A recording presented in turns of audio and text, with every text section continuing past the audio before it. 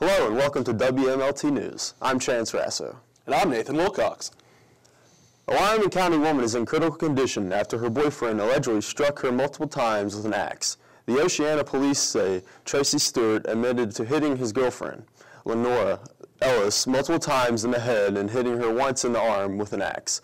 Stewart stated he reacted in self-defense and has been in charge with malicious wounding and attempted murder. Police say charges could be developing. According to the United States government, 7 Marines are dead and several others remain injured after a mortar explosion during a live fire training exercise. The accident, which occurred in Hawthorne Army Depot in Nevada, is under investigation. Details surrounding the accident remain unclear. A Marine Corps official says they are investigating whether the mortar exploded prematurely inside its firing tube or if it detonated among other Marines having it been fired. After the accident, 9 Marines were taken to renowned regional medical center, where 1 died and 3 were listed in serious condition. The remaining men are in fair condition. Attacks in Baghdad have left 52 dead just before the 10-year anniversary of the Iraq War. The attack started with the assassination of the French Minister of Finance by an A-bomb attached to his vehicle by mid-afternoon. Attacks left 52 dead and nearly 180 wounded. The separate attacks included 16 car bombs, 2 bombs stuck to cars, 1 assassination with a silenced gun. Targets of the attacks varied from restaurants, a bank, a vegetable market, and a parking garage. Others affected by the attacks were a courthouse and a university. Residents of the areas attacked say that they are determined to let Iraq slide back into a state widespread violence. And now, with all the news around the campus beautiful, here's Brian Allen. Higher education is expecting some budget cuts in the near future, and Concord University is no exception. In anticipation of a possible 7.5% budget cut, Concord is already looking into ways it can save money. Vice President of Administration and Associate Dean of Students, Rick Dillon, says an option being considered to save the school some money is to close Sarvey Hall, which is currently operating at half capacity, with only 41 students living in the building. The staff positions that support the hall, including resident director and housekeeping, would relocate to other buildings, so no jobs would be lost. Dillon says the cost savings would come from the reduction in electrical, gas, water, and insurance bills. The residence hall would be on standby in case the student population increased and would be easy to reopen.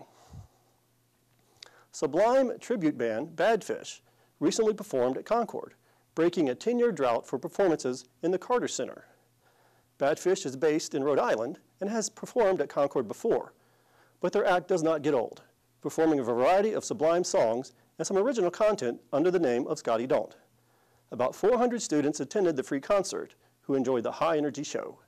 There is also hope that Concord will continue to sponsor larger concerts, something that happened often in the past. Former acts hosted by Concord include Sinbad, Travis Tritt, and Vanilla Ice.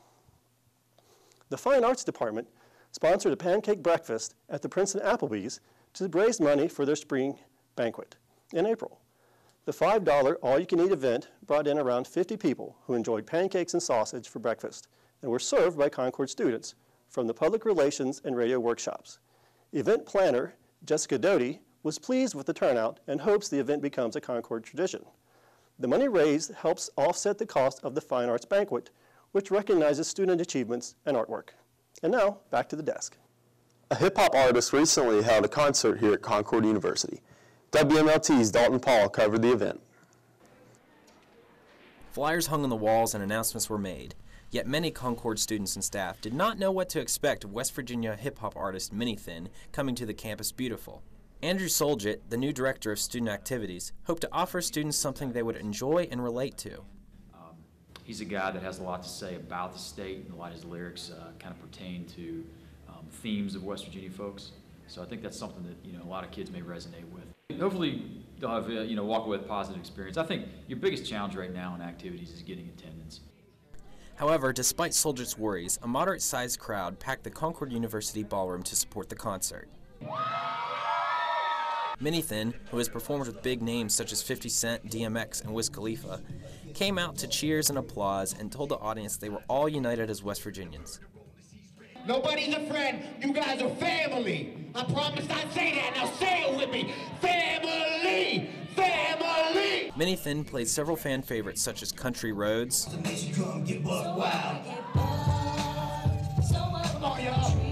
Hillbilly Murda, and Coal Miner's Lullaby.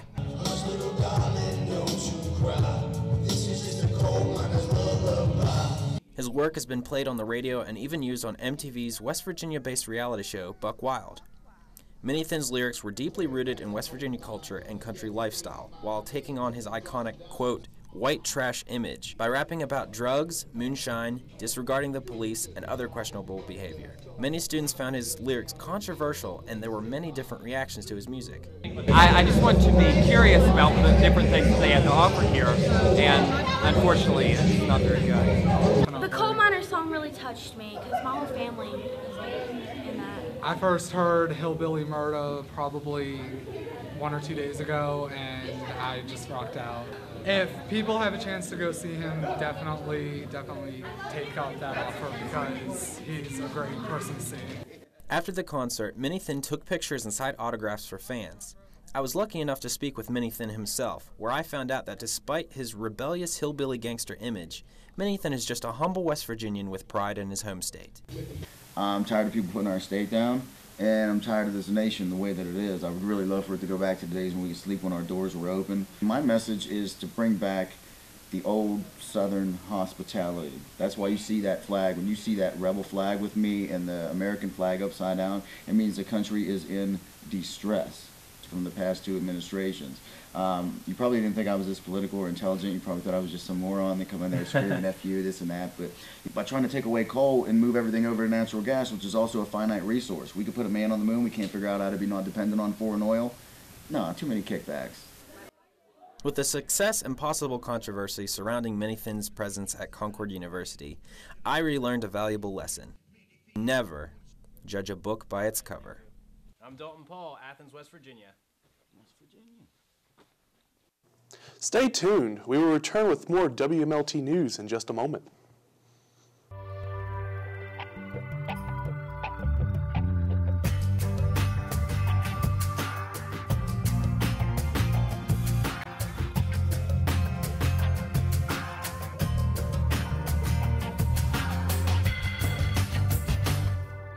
The West Virginia Senate has passed a bill that prohibits any person under the age of 18 from going to tanning salons.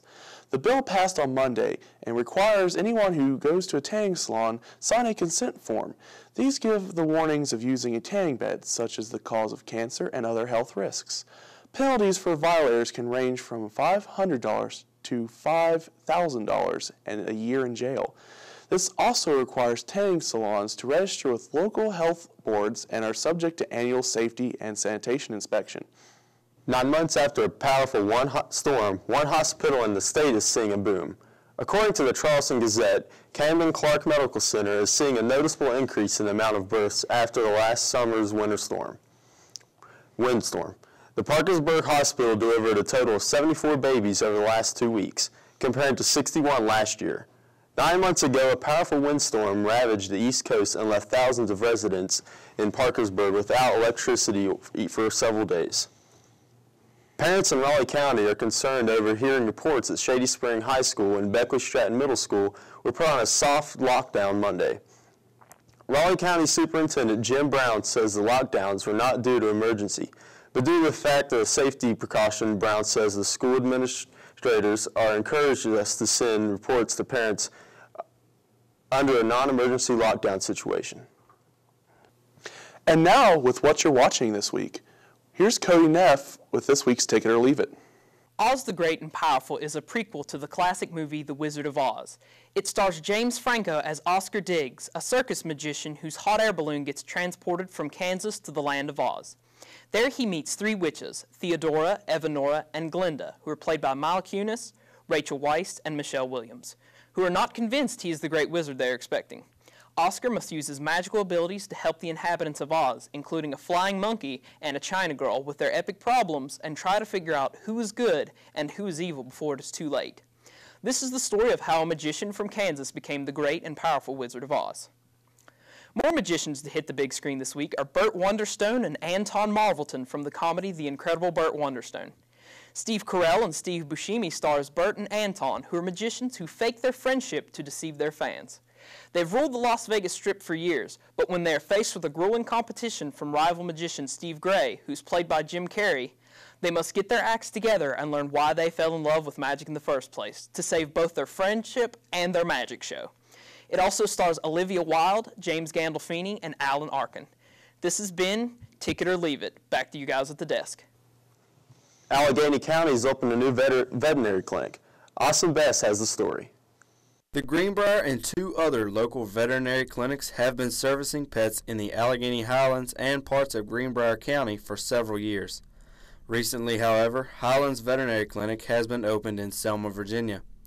This pet practice is located in between the 2 cities of Covington, Virginia and Clifton Forge, Virginia, as opposed to the other 3, which are between Covington and the West Virginia state line.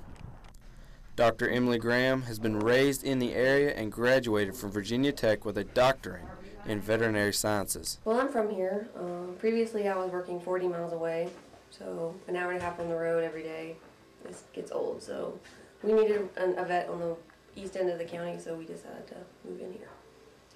She and her staff offer an array of advantages over the other veterinary clinics in the area, such as scheduled appointments for the customer's convenience and prices that may be more affordable than the other clinics. Dr. Graham knows how stressful a new business can be.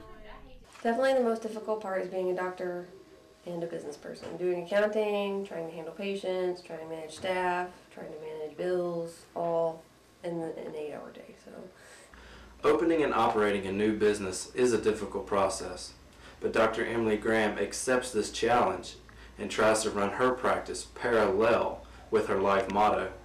I pretty much treat others the way I want to be treated. I tend to have pretty good success with that and try not to act like, any one person is better than any other person. Some folks may be skeptical about taking family pets to a newly opened practice, but Sandy Honecker countered these skeptics. It's a nice, clean building that you feel safe bringing your pet to, and the doctor seems to be very good with all the animals. She has personality for the animals. I think I'm going to try someone that's new and young out of vet school that probably knows all the new angles to treat my dog and can give him the best care. The clinic has been open since the beginning of February, and busy weeks have been consistent since then. This is Austin Best reporting for WMLT News. That's it for WMLT News this week. I'm Nathan Wilcox. And I'm Chance Rasso. Tune in again in 2 weeks. Thanks for watching.